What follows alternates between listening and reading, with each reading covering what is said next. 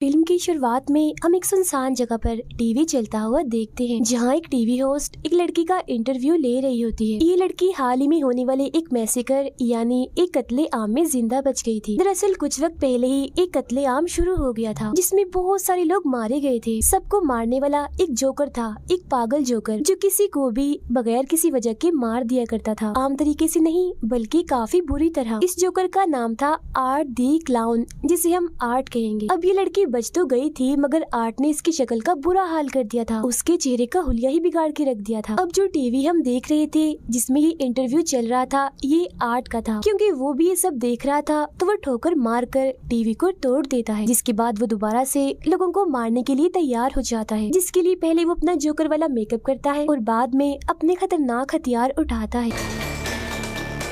TV host interview के बाद अपने दोस्त से फोन पर बातें करने लगती है। वो बता रही थी कि जो लड़की आज आई थी वो बहुत ही बदसूरत थी, उसका ये कहना ही था, तभी उसे अपने पीछे हलचल होती हुई महसूस होती है। वो चेक करने जाती है लेकिन वहाँ पर कोई नहीं था। फिर तभी अचानक से वो इंटरव्यू वाली लड़की आती है और उस होस्ट की आंखों में उंगलियां घुसा कर उसकी आंखें फोड़ देती है। फिर वो उसके चेहरे का हुलिया बिगाड़ कर उसे जान से मार डालती है। उसने ऐसा इसीलिए किया था क्योंकि उस जोकर यानी आर्ट ने जब से उस पर हमला किया था तो वो बिल्कुल पागल हो गई थी। अब हम दो लड़कियों को देखते हैं जो एक दूसरे की काफी अच्छी दोस्त थी। इनमें एक लड़की का नाम तारा होता है। ये एक पार्टी से वापस लौट रही होती है और वो पार्टी थी हैलोवीन पार्टी। तो जाहिर है आज रात है हैलोवीन की रात। हैलोवीन दरअसल एक ऐसा त्योहार है जिसमें लोग अलग अलग तरह के कपड़े और मास्क लगा के फिरते हैं और आर्ट भी हैलोवीन पर ही निकलता है एक के बाद एक शिकार करने के लिए। जब ये दोनों बातें कर रही थी तो आर्ट भी इनके पास से गुजर रहा था, जिसकी नजर इन दोनों पर पड़ जाती है। उसे देख तारा की दोस्त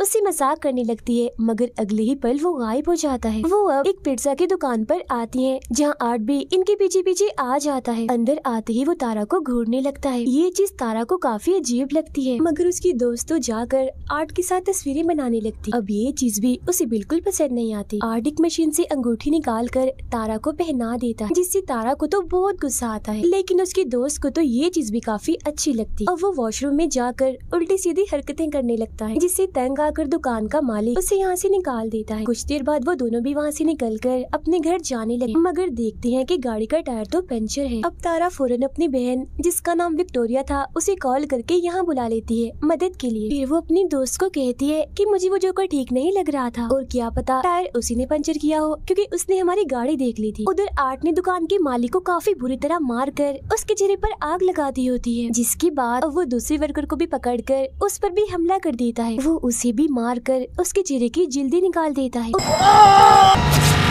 उधर तारा को वॉशरूम जाना था, मगर यहाँ आसपास कोई वॉशरूम नहीं था। तब उसकी नजर सामने एक बिल्डिंग पर पड़ती है जहाँ से गार्ड बाहर आता है। तारा उसके पास जाकर यहाँ का वॉशरूम इस्तेमाल करने की इजाजत मांगती है, मगर वो इनकार कर देता है कि मैं यहाँ काम करता हूँ तो मेरी नौकरी खतरे में पड़ सकती है। जिस पर तारा कहती है कि इतनी रात हो गई है, किसी को क्या पता चलेगा कि आपका वॉशरूम इस्तेमाल हुआ है। अब थोड़ा और कहने पर वो मान जाता है और उसे अंदर ले आता है। वो उसे वॉशरूम के पास छोड़कर चला जाता है। गाड़ी में बैठी तारा की दोस्त को खबरों से पता चलता है कि पिज्जा शॉप की मालिक और एक वर्कर की मौत हो गई है और उन्हें मारने वाला एक जोकर जैसा दिखने वाला आदमी है, जिसने अपने हाथ में एक बैग भी पकड़ा हुआ था। अब ये जानकर वो समझ जाती है कि ये काम उसी जोकर आर्ट का है। तभी गाड़ी में तारा आकर बैठ जाती है और जब वो इस सब के बारे में उसे बताने के लिए तारा की तरफ देखती है तो पता चलता है कि ये तारा नहीं बल्कि आर्ट है। तारा जब गाड़ी की तरफ वापस आ रही थी तो उसे एक बच्चे की रोने की आवाज आती है।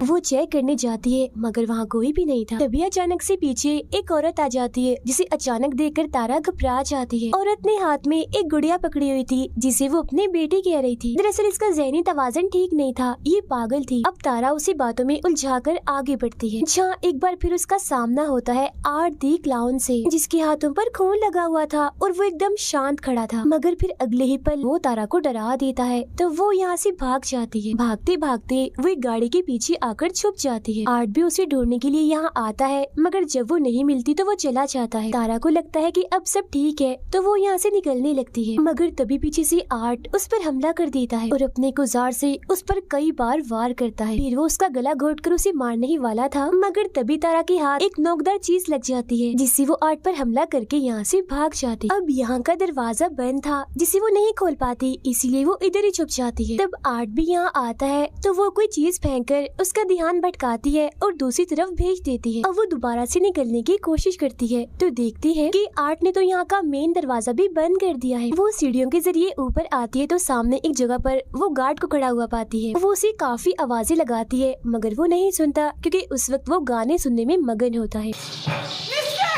अब उसकी आवाज सुनकर आर्ट वहाँ आ जाता है और पीछे से उसे पकड़कर गले में इंजेक्शन लगाकर बेहोश कर देता है। अगले सीन में जब तारा को होश आती है तो वो खुद को एक कुर्सी पर बंधा हुआ पाती है। उसके मुंह पर भी टेप लगी हुई थी। उसके पास ही में आर्ट भी बैठा होता है और जब वो देखता है कि तारा को होश आ गई है तो वो उसे अपने हथियारों से डराने लगता है। फिर वो लाता है एक आरी और सामने का पर्दा हटाता है जहाँ उसने तारा की दोस्त को उल्टा लटकाया हुआ था, क्योंकि गाड़ी में जब वो उसके साथ आकर बैठा था तो उसने तभी उसे पकड़ लिया था। अब वो यहाँ बेरहमी की सारी हदें ही पार कर देता है। वो आरी से उसका पेट ही काट कर 2 हिस्सों में बांट देता है। अपनी दोस्त का इतना बुरा हाल देखकर तारा की तबीयत भी खराब होने लगती है, मगर फिर वो हिम्मत करती है और काफी कोशिश करने के बाद खुद को छुड़वा लेती है। वो उसी के हथियार से आर्ट पर हमला करके यहाँ से भाग जाती है। आर्ट भी उसके पीछे पीछे जाकर ढूंढने लगता है मगर वो पीछे से आकर एक बार फिर उस पर हमला कर देती है। वो उसे काफी देर तक मारती रहती है। अब जब गेम उल्टी पड़ रही थी यानी तारा उस पर भारी पड़ रही थी तो वो यहाँ पर बेईमानी करता है। वो हाथों से नहीं लड़ता, वो करता है गन का इस्तेमाल। वो गोली पहले उसकी टांग पर मारता है और बाद में उसके चेहरे पर, जिससे वो काफी जख्मी और अधमरी हो गई थी। अब गन में गोलियां खत्म हो गई थी, इसलिए जब वो गोलियां लेने जाता है तो यहाँ उसे तारा का मोबाइल मिलता है जिस पर तारा की बहन विक्टोरिया का मैसेज आया होता है कि मैं बिल्डिंग के बाहर आ गई हूँ। तब आर्ट तारा बन के मैसेज करता है और पीछे के दरवाजे से अंदर आने का कहता है। ऐसा करने के बाद वो तारा की दोस्त की लाश के साथ तस्वीर बनाता है और लाश की हालत का हम बड़ा ही बुरा हाल देखते हैं, पूरी चिरी हुई 2 हिस्सों में बटी हुई। अब वो जाता है तारा के पास और उस पर भी अंधाधुंध गोलियां चलाकर उसे मार डालता है। वो पागल औरत भी यहीं खड़ी हुई थी और उसे ऐसा करता हुआ देख रही थी। ये सब देखकर वो जाती है गार्ड के पास और उसे सारी सूरत हाल समझाने की कोशिश करती है, मगर वो उसकी बातों का यकीन नहीं करता। फिर वो नीचे जाकर किसी को फोन करने लगता है, मगर तभी यहाँ आर्ट आकर हथौड़ी से उस पर हमला कर देता है। पागल औरत देखती है कि उसका बच्चा जो वो गुड़िया थी वो गायब है, मगर अगले ही पल उसे आर्ट दिखता है जिसके हाथ में वो अपने बच्चे को देखती है। वो उसके पास जाकर पूछती है, क्या तुम्हें जरा भी इंसानियत नहीं है, जरा भी ममता नहीं है, तुम्हें बच्चों पर भी रहम नहीं आता? ये कहकर वो आर्ट को अपने साथ लगा लेती है जैसे वो कोई बच्चा हो, और वो भी बिल्कुल ऐसी एक्टिंग करता है जैसे वो सचमुच का बच्चा ही हो। विक्टोरिया भी अंदर आ गई थी और वो तारा को फोन करती है तो बेल की आवाज जब अंदर से आती है तो वो वहाँ चेक करने जाती है। अंदर आकर तो उसके होश उड़ जाते हैं क्योंकि वहाँ वो तारा की दोस्त की कटी हुई लाश देखती है। तभी उसे एक लड़की की आवाज सुनाई देती है। विक्टोरिया समझती है कि ये तारा है, इसीलिए वो चेक करने जब नीचे जाती है तो वहाँ एक औरत को जमीन पर देखती है जो रेंग रही थी क्योंकि काफी जख्मी थी। वो तारा समझकर उसके पास जाती है, मगर तभी उसकी नजर वहाँ पड़ी उस पागल औरत पर जाती है। वो भी काफी जख्मी थी क्योंकि आर्ट ने उसके सीने और सर को काट के बुरा हाल कर दिया था। उसकी हालत बस मरने ही वाली थी। अब यहाँ सवाल ये आता है कि पागल औरत तो इधर ही है, तो ये कौन है जो विक्टोरिया के सामने पड़ी हुई है अपना सर नीचे करके? और फिर तभी हम जान पाते हैं कि ये और कोई नहीं बल्कि आर्ट है जो उसे अपने जाल में फंसाने के लिए यहाँ औरत का भेष बनाकर लेटा हुआ था। वो उस पर भी हमला कर देता है, मगर विक्टोरिया जैसे तैसे करके अपनी जान बचाकर यहाँ से निकल जाती है। वो ऊपर जाकर एक अलमारी में छुप जाती है। तभी यहाँ आर्ट भी आ जाता है जो ये जान चुका था कि वो अलमारी में छुपी है, मगर इससे पहले वो विक्टोरिया के साथ कुछ करता उसे हॉर्न की आवाज आती है जिसे चेक करने के लिए वो यहाँ से निकल जाता है। बाहर दरअसल आया था उस गार्ड का साथी जिसे अंदर आना था। वो कारपेट हटाता है तो वहाँ चाबी पड़ी हुई थी। तब दरवाजा खोलकर वो अंदर आ जाता है। वहाँ उसे खून के निशान दिखते हैं जो जाहिर है काफी अजीब था, मगर इससे पहले वो कुछ समझ पाता आर्ट पीछे से आकर एक नोकदार चीज से उसके सर पर वार कर देता है। फिर वो उसका गला काट कर धड़ से ही अलग कर देता है।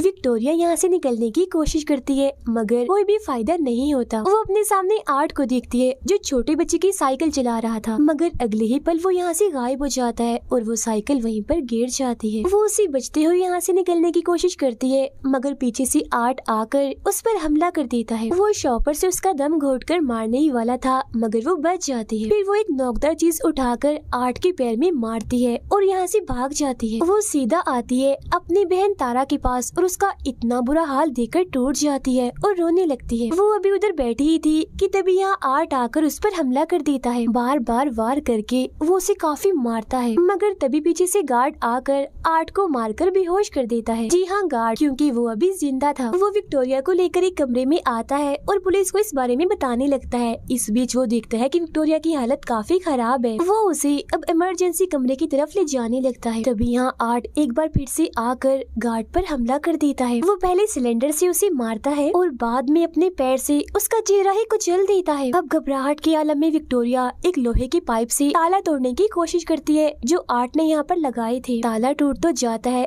मगर इसका कोई फायदा नहीं था, क्योंकि आर्ट उसके काफी करीब आ गया था और फौरन ही उसे पकड़कर मारने लगता है। मगर तभी विक्टोरिया उसकी आंख में एक चीज घुसाकर यहाँ से भाग जाती है। वो भागकर एक गैराज में आती है, मगर आर्ट इधर भी पहुँच जाता है, लेकिन क्योंकि यहाँ ताला लगा हुआ था इसीलिए वो अंदर नहीं आ पाता।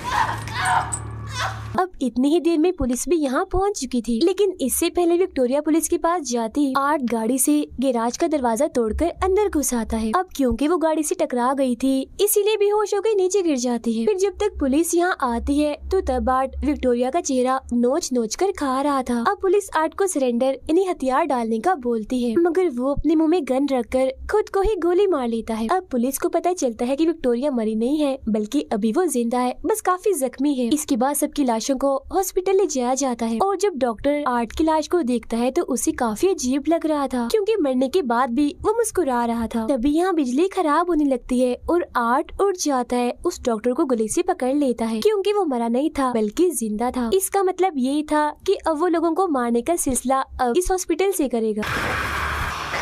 अब कुछ वक्त गुजरता है और हम विक्टोरिया को देखते हैं, जो आखिरकार आर्ट का शिकार होने से बच गई। कल उसे इंटरव्यू के लिए भी जाना है और उन्हीं बाद हम उसका चेहरा देखते हैं जो काफी भयानक दिख रहा था, जो बिल्कुल वैसा दिख रहा था जैसा इंटरव्यू वाली लड़की का था। अब यहाँ ये राज खुलता है कि विक्टोरिया ही असल में वो लड़की है जो शुरुआत में इंटरव्यू दे रही थी, जिसके बारे में कहा था कि एक मैसे घर में बची है और एक जोकर ने ही सभी को मारा था। अब यहाँ सवाल ये उठता है कि आर्ट ने अपने सर पर गोली मारी थी मगर वो नहीं मरा, आखिर क्यों? क्योंकि दरअसल अभी तक जितने भी लोगों ने उसे मारने की कोशिश की उन सबको ही मौत के घाट उतरना पड़ा। अब यहाँ ये चीज क्लियर नहीं हुई कि क्या उसे मारा जा सकता है या नहीं। हो सकता है कि उसे मारा जा भी सकता हो। तो अब ये जानने के लिए हम आगे बढ़ते, जहाँ हम आर्ट को उसी हॉस्पिटल में देखते हैं जब उसने डॉक्टर को पकड़ लिया था। वो डॉक्टर को मारकर काफी जख्मी कर देता है और लगातार उसके पीछे पड़ा हुआ था। डॉक्टर खून में लथपथ था और वो रेंगता हुआ बाहर आता है और पुलिस को कॉल कर देता है, मगर उस बेचारे की तो आवाज ही नहीं निकलती, क्योंकि आर्ट ने उसके गले पर वार किया था। उसे और दर्द देने के लिए वो उसकी आंख निकाल कर पहले उसके साथ खेलता है और बाद में उसे अपनी फूटी हुई आंख की जगह लगा लेता है। अब वो उसे और मारता है और आखिरकार उसका सर ही चीर कर उसे बड़ी भयानक मौत देता है।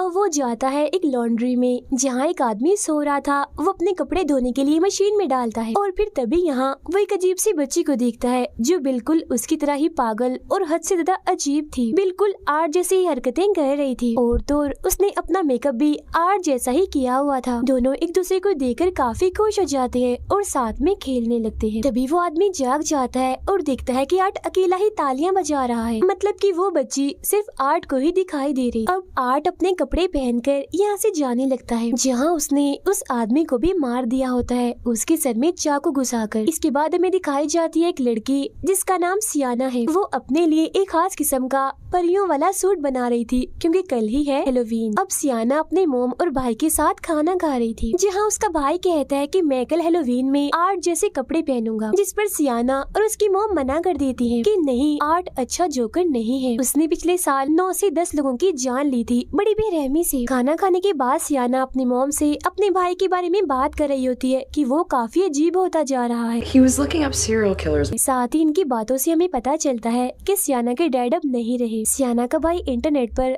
आर्ट के बारे में सर्च कर रहा था और जितने लोगों को उसने मारा था वो सबके बारे में बड़े गौर से पढ़ रहा था। इसके बाद वो अपनी बहन सियाना के पास आता है और पूछता है कि क्या वो जोकर आर्ट अभी होगा, क्योंकि उसकी लाश नहीं मिली थी। जिस पर वो कहती है आर्ट मर चुका है और अगर ना भी मरा हुआ तो कम से कम वो यहाँ नहीं आएगा। इसके बाद सियाना एक टीवी शो देखते देखते सो जाती है, जहाँ वो जैसे सपना देखती है तो फौरन ही वो उस टीवी शो में पहुँच जाती है। इधर वो भी किसी बच्चे की तरह ही बनी हुई थी और उसके साथ वाले सारे बच्चे काफी एंजॉय कर रहे थे। यहाँ एक बच्चा आर्ट क्रिस्पीज नाम की एक चीज खा रहा था, जो कोई खाने के लायक चीज नहीं थी, बल्कि उसमें डाले हुए थे टूटे कांच के टुकड़े, प्लेट्स और कीड़े मकोड़े। फौरन ही वहाँ पर आ जाता है आर्ट दी क्लाउन और सबको गिफ्ट देने लगता है, लेकिन वो सियाना को बड़ी ही गंदी चीज देता है, एक बर्तन जिसमें धड़कते हुए दिल के साथ कुछ सांप और गोश्त था, जिसे देखकर उसे काफी बुरा लगता है। फिर वो अपने बैग से बंदूक निकाल कर अंधाधुंध गोलियां चलाकर सभी बच्चों को मार देता है।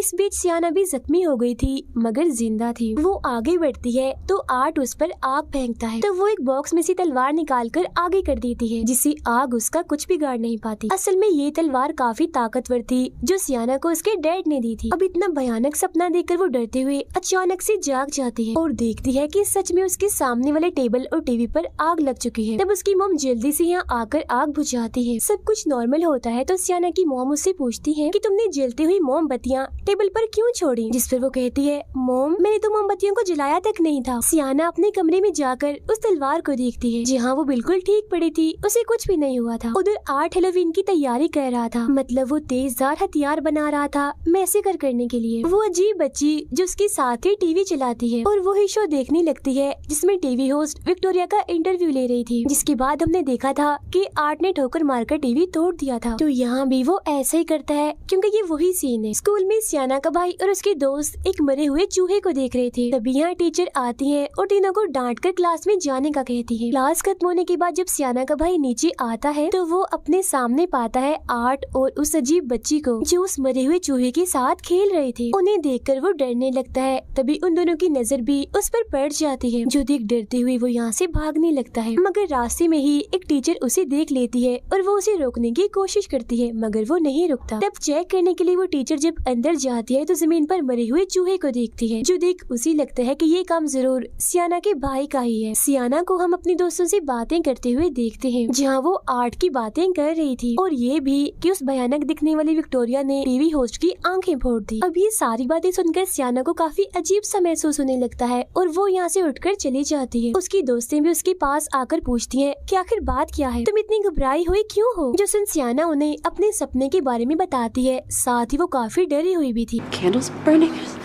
अगले दिन वो अपने दोस्त के साथ हेलोवीन की शॉपिंग करने चली जाती है। उसकी दोस्त को कॉल आ जाती है, जो सुनने वो बाहर चली गई थी। तब बदकिस्मती से वहाँ आ जाता है आर्ट दी क्लाउन। तब सियाना उसे बचते हुए ऊपर चली जाती है और कुछ खरीदने की एक्टिंग करने लगती है, लेकिन मुसीबत, वो अपना बैग तो नीचे ही भूल गई थी जिसमें पैसे रखे थे। तब पलक झपकते ही आर्ट उसका बैग लेकर आता है तो वो पैसे देती है, लेकिन यहाँ आर्ट उसे परेशान करने का, तंग करने का कोई मौका नहीं छोड़ता। मगर सियाना अभी भी इस सोच में है कि ये सच में आर्ट ही है या कोई उसके साथ मजाक कर रहा है। पर इसके बाद वो यहाँ से चली जाती है। उसके जाते ही आर्ट दुकान बंद कर देता है, मतलब वो टैग जिस पर दुकान खुली लिखा था वो उसे पलटकर बंद की तरफ कर देता है। इसके बाद वो अपने लिए एक छोटा सा बाजा खरीदता है, मगर पैसे देने की बजाय वो अपने हथियार बाहर निकालने लगता है, जो देख दुकानदार को गुस्सा आ जाता है और वो आर्ट को बातें सुनाने लगता है। तब उसका मुंह बंद करने के लिए आर्ट पहले उसके सर पर बोतल से मारता है और बाद में उसकी आंख में एक मोटी चीज घुसा देता है। इस सबसे भी जब उसका दिल नहीं भरता तो पहले वो बड़े सी चाकू से उसके सर पर वार करता है और बाद में उसके गले पर मारकर जिस्म से ही अलग कर देता है।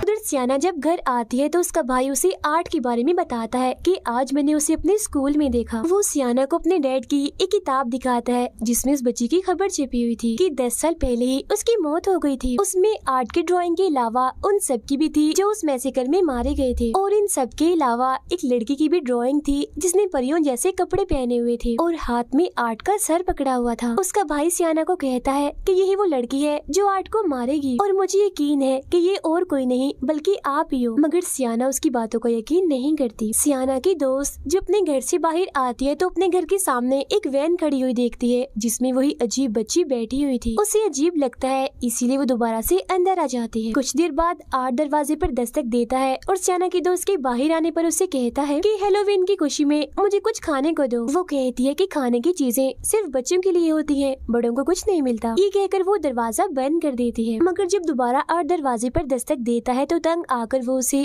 खाने की चीजें दे देती है। अब तभी उसकी नजर आर्ट के बैग में जाती है जिसमें कुछ हथियार और औजार थे जिन पर खून लगा हुआ था। उधर सियाना भी हैलोवीन पार्टी के लिए तैयार होने लगती है। अब जब सियाना की दोस्त अकेली थी तो उसे नीचे से कुछ आवाजें सुनाई देती है। वो चेक करने जब नीचे आती है तो देखती है कि शीशे का दरवाजा टूटा हुआ है क्योंकि घर में आर्ट घुस आया था और वो यहाँ ऐसे घूम रहा था जैसे घर उसका ही हो। अब जब उसकी नजर सियाना की दोस्त पर पड़ती है तो वो उसके पीछे पड़ जाता है। वो बचने के लिए अपने कमरे में आती है लेकिन आर्ट आखिरकार उसे पकड़ ही लेता है। पहले वो उसके चेहरे पर कट मारता है जिससे उसकी आंख भी कट जाती है, जिसके बाद वो उसके सर की जिल्द काट कर बालों वाले हिस्से को ही अलग कर देता है। अब बेरहमी उसकी हद से बढ़ जाती है क्योंकि वो चाकू से उसकी पीठ को काफी गहरा काट देता है। वो फिर उसकी बाजू ही उसके जिस्म से अलग कर देता है। अभी भी उसका दिल नहीं भरता तो वो अपने हाथों से ही उसके चेहरे की स्किन नोच नोच कर अलग कर देता है। वो उसका बहुत बुरा हाल कर देता है, काफी खून बह रहा था उसका। कुछ वक्त के बाद जब उसकी मॉम घर आती है तो वो ऊपर आकर बड़ा ही भयानक नजारा देखती है कि पूरा कमरा खून से भरा पड़ा है और वो खून है उनकी बेटी का, जहाँ अब आर्ट उसके बचे हुए जिस्म की चीर फाड़ कर रहा था। उसका बहुत ही बुरा हाल था मगर हैरत कि वो अभी भी जिंदा थी। इसके बाद वो उसकी मॉम को भी काफी बुरी तरह से मार देता है। फिर जब बच्चे हैलोवीन की चीज लेने आते हैं तो वो बच्चों को उस लड़की की मॉम के सर में कैंडीज रख कर देता है। बच्चे कुछ भी समझ नहीं पाते, उन्हें ये नकली सर लगता है और वो यहाँ से चले जाते हैं। उधर हैलोवीन पार्टी में सियाना को अपनी दोस्त की फिक्र हो रही थी क्योंकि अभी तक वो पार्टी में नहीं आई थी, जबकि उसके बाकी दोस्त पार्टी में आ गए थे और अब वो डांस करने लगते हैं और काफी मजे कर रहे थे। सियाना के भाई को हम उसके कमरे में देखते हैं क्योंकि उसकी मॉम ने उसे पार्टी में जाने नहीं दिया था। आर्ट के बारे में बताने के लिए वो अपनी मॉम को अपने डैड की वही किताब दिखाता है जिसे उसकी मॉम फाड़ देती है। वो अपनी मॉम से बदतमीजी करता है तो वो उसे थप्पड़ लगा देती है तो वो गुस्सा होकर अपने घर से निकल जाता है। फिर जब उसकी मॉम बाहर आती है तो देखती है कि उनके बेटे ने सब कुछ खराब कर दिया है, यहाँ तक कि गाड़ी भी गंदी कर दी थी और उस पर अपनी माँ के लिए गाली लिख दी थी, जो देख उसकी मॉम को काफी बुरा लगता है। सियाना के भाई को वही वैन दिखती है जिसमें वो उसी अजीब सी बच्ची को बैठा हुआ पाता है। ये देखकर तो उसकी हालत ही खराब हो जाती है और वो फौरन ही अपने घर की तरफ भाग जाता है। अब सियाना की मॉम गाड़ी साफ करने लगती है, इस बात से अनजान होकर कि इसमें आर्ट बैठा हुआ है, जिसका साफ मतलब था कि गाड़ी का ऐसा हाल और किसी ने नहीं बल्कि आर्ट ने किया है। फिर जैसे वो शीशा साफ करती है अंदर आर्ट को बैठा हुआ देख लेती है, मगर कुछ सोचने समझने का मौका दिए बगैर वो उनके सर पर गोली मारकर हट से ही अलग कर देता है। जब सियाना का भाई घर आता है तो देखता है कि आर्ट ने उसकी मॉम की बड़ी बुरी हालत कर दी है, उनके चेहरे का हुलिया ही बिगाड़ दिया है। जिसके बाद आर्ट सियाना के भाई को भी पकड़कर बेहोश कर देता है और अपने साथ ले जाता है। पार्टी में डांस करते करते सियाना को वही अजीब बच्ची दिखती है जो उसे ही घूर रही थी, जो देख उसकी हालत खराब हो जाती है। वो काफी डर गई थी, इस वजह से सियाना के साथ साथ उसके दोस्तों को भी पार्टी छोड़कर यहाँ से जाना पड़ता है। सब नॉर्मल होने के बाद जब सियाना गाड़ी में बैठी थी तो उसके पास उसके भाई की कॉल आती है जो कहता है कि मैं एक पार्क में हूँ, मुझे तुम्हारी मदद चाहिए, तुम जल्दी से आ जाओ इधर। ये असल में और कोई नहीं बल्कि वही अजीब बच्ची थी क्योंकि सियाना का भाई तो बेहोश था और वो आर्ट के साथ ही थी। वो तो बस आवाज बदलकर सियाना से बात कर रही थी। कुछ वक्त के बाद वो लोग उस पार्क के पास पहुंच जाते हैं जहाँ सियाना अपने भाई को ढूंढने के लिए अंदर जाती है। तभी उसे अपने भाई का मैसेज आता है कि मैं टेरिफायर में फंस चुका हूँ, यानी एक भूत बंगले में। तब उसे ढूंढने के लिए सियाना अंदर जाती है। गाड़ी में सियाना का दोस्त किसी वजह से बाहर आता है मगर तभी आर्ट उसे चाकू घुसाकर मार देता है। फिर वो उसके दोस्त को भी पकड़कर अपने साथ ले जाने लगता है